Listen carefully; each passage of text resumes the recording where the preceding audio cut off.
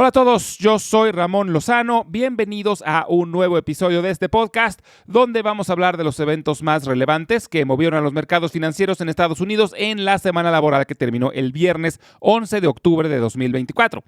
En la empresa de la semana vamos a hablar sobre Exxon y Chevron y en la sección educativa vamos a hablar sobre el petróleo.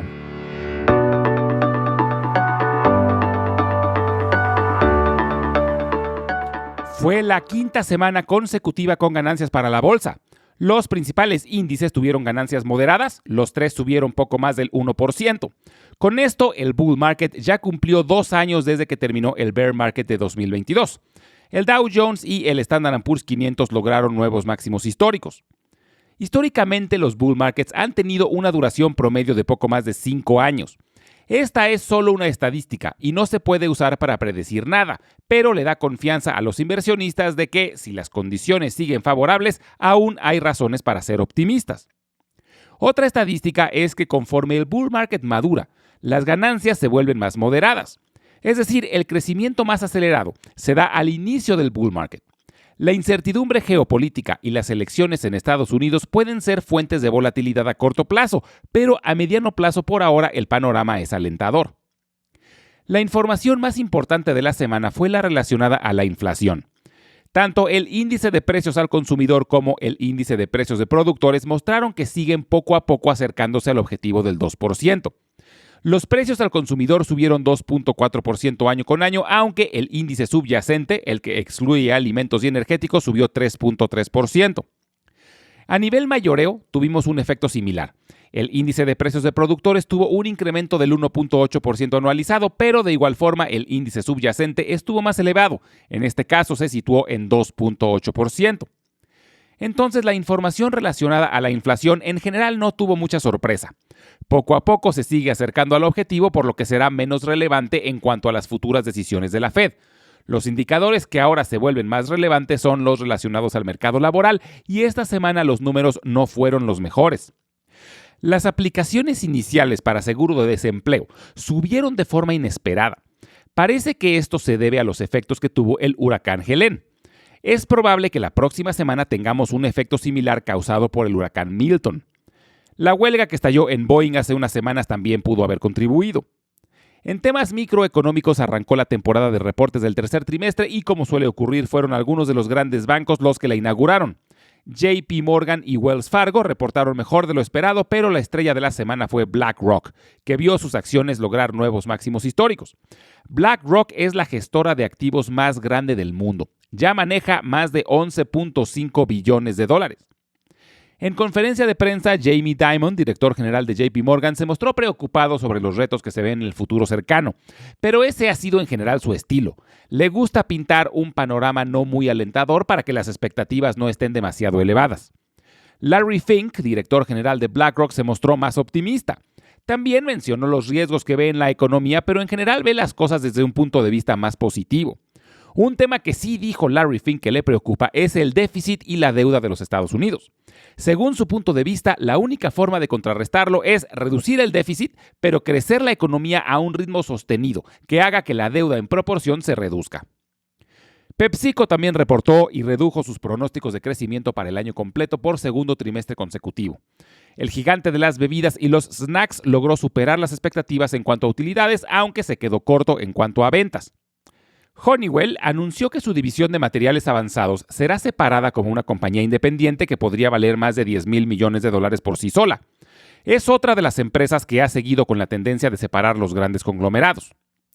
Tesla tuvo un evento durante la semana donde mostró un avance de sus desarrollos más ambiciosos. Presentó su Cybercab, que es su apuesta por taxis autónomos y sus robots humanoides llamados Optimus. Como hemos platicado anteriormente, Tesla no es una empresa automotriz, es realmente una empresa de tecnología que fabrica autos. Y aunque los productos que mostró fueron impresionantes, sus acciones terminaron cayendo casi 10% debido a que hubo muy poca información sobre sus planes de fabricación y sobre todo de fechas probables para el lanzamiento de estos productos al público. Actualmente, el 100% de las utilidades de Tesla se deben a autos eléctricos, pero la competencia se ha intensificado mucho. Elon Musk comúnmente ha sido demasiado optimista en sus proyecciones y sobre todo en sus promesas sobre fechas de lanzamiento de productos, pero al final suele lograr lo que se propone, aunque algunos años después de lo prometido. Esta semana tendremos información importante sobre el mercado de la vivienda y sobre el mercado de las ventas al menudeo, que son muy monitoreadas porque es una forma de medir la salud de los consumidores. También se empieza a acelerar la cantidad de reportes trimestrales. Seguirán siendo los bancos los que dominen los reflectores. Durante la semana reportarán Charles Schwab, Citigroup, Bank of America, Morgan Stanley y American Express, además de algunos bancos medianos. También reportarán Walgreens, United Health, Johnson & Johnson, United Airlines, Alcoa, Netflix, Schlumberger y Procter & Gamble.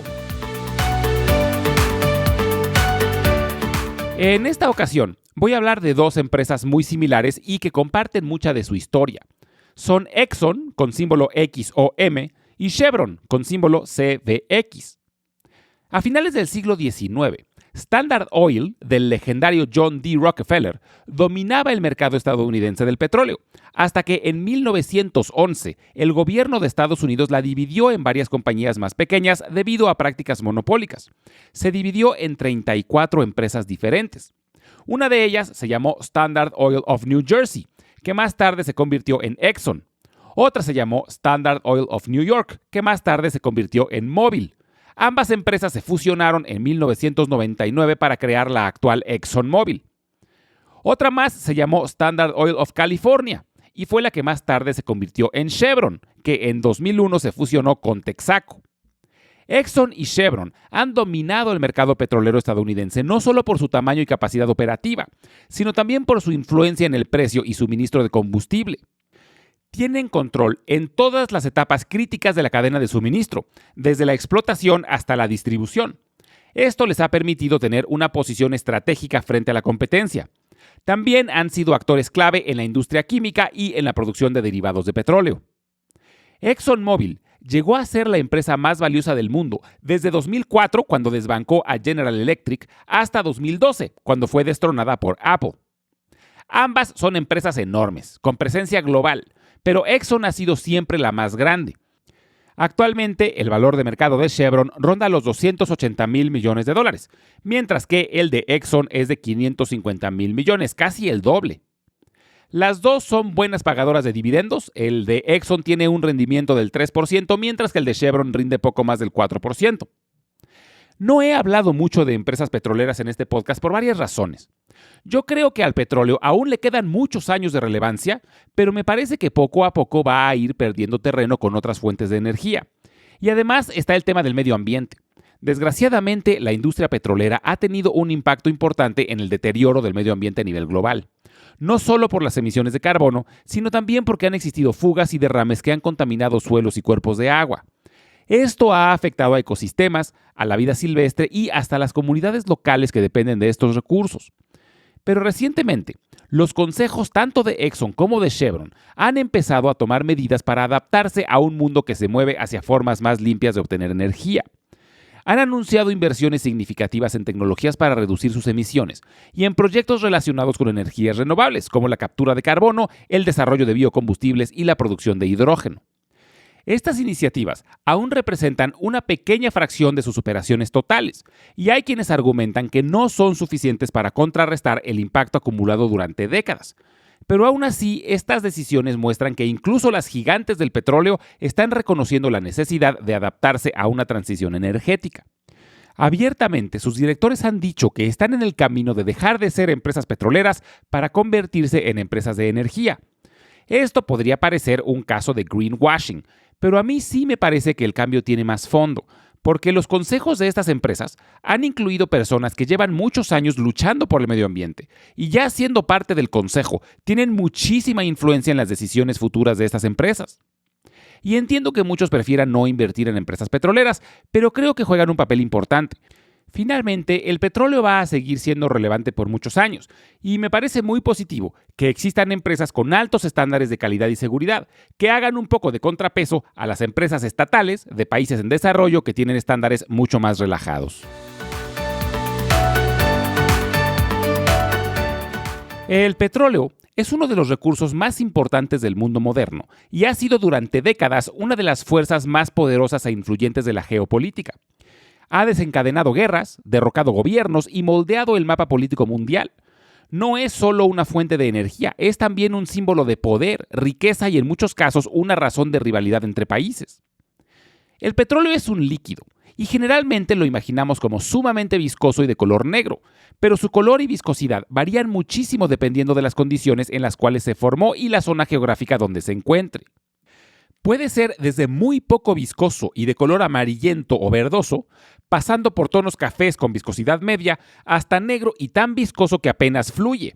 Cada yacimiento tiene distintas características. Es un hidrocarburo, es decir, está formado por átomos de hidrógeno y carbono. Es de origen fósil, o sea que se deriva de la transformación de materia orgánica. Existe el mito de que viene de los dinosaurios, pero esta es una idea equivocada. Proviene principalmente de algas y plancton, por lo que se formó en lugares donde hace muchos años hubo agua, como mares o grandes lagos. Se calcula que el proceso de formación del petróleo comenzó hace 300 o 400 millones de años. Con el tiempo, las algas y el plancton se morían y se fueron depositando en el fondo del mar. Con el tiempo, estos restos orgánicos fueron cubiertos por capas de sedimentos como arena, arcilla y lodo. A medida que las capas de sedimento se acumulaban y se compactaban, ejercían una enorme presión sobre los restos orgánicos. Esta presión, junto con el calor generado por la profundidad y los procesos geológicos, literalmente cocinaron a esta mezcla hasta convertirla en petróleo y gas natural. Se calcula que su formación puede llevar decenas de millones de años, y por eso se considera un recurso no renovable, porque no puede ser reemplazado en un plazo razonable desde el punto de vista humano. La palabra petróleo viene del latín petra, que significa piedra o roca, y oleum, que significa aceite, literalmente significa aceite de roca. Se tiene registro de que el petróleo se conoce desde hace más de 4.000 años. Los egipcios, los sumerios y los babilonios ya lo usaban para impermeabilizar barcos, pegar ladrillos y engrasar pieles. En la antigua China ya se usaba como combustible y en la Edad Media se usó con fines curativos, pero fue hasta el siglo XIX cuando el petróleo comenzó a cambiar el rumbo de la historia. En 1846, el geólogo canadiense Abraham Gessner obtuvo queroseno, que se volvió muy popular como combustible para lámparas, y en 1859 Edwin Drake perforó el primer pozo petrolero en Pensilvania. El queroseno usado para iluminación fue el principal uso del petróleo hasta principios del siglo XIX, cuando se popularizó el motor de combustión interna. Derivados del petróleo como la gasolina y el diésel se convirtieron en combustibles ideales para alimentar locomotoras, barcos y más adelante automóviles.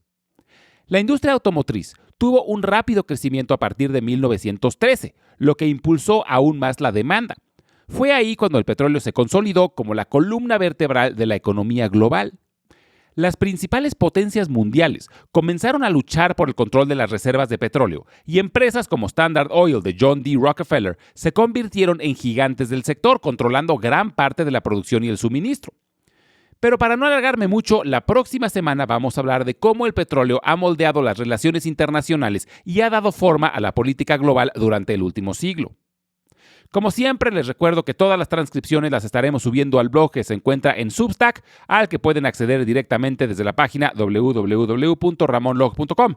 También los invito a visitar nuestro canal de YouTube, donde estaremos subiendo los audiogramas y videos educativos. En YouTube los pueden encontrar como Invertir en la Bolsa Podcast. Finalmente, les dejo mi correo electrónico por si tienen alguna duda, comentario o sugerencia. Es ramonlog@yahoo.com. Muchas gracias y nos escuchamos en el próximo episodio.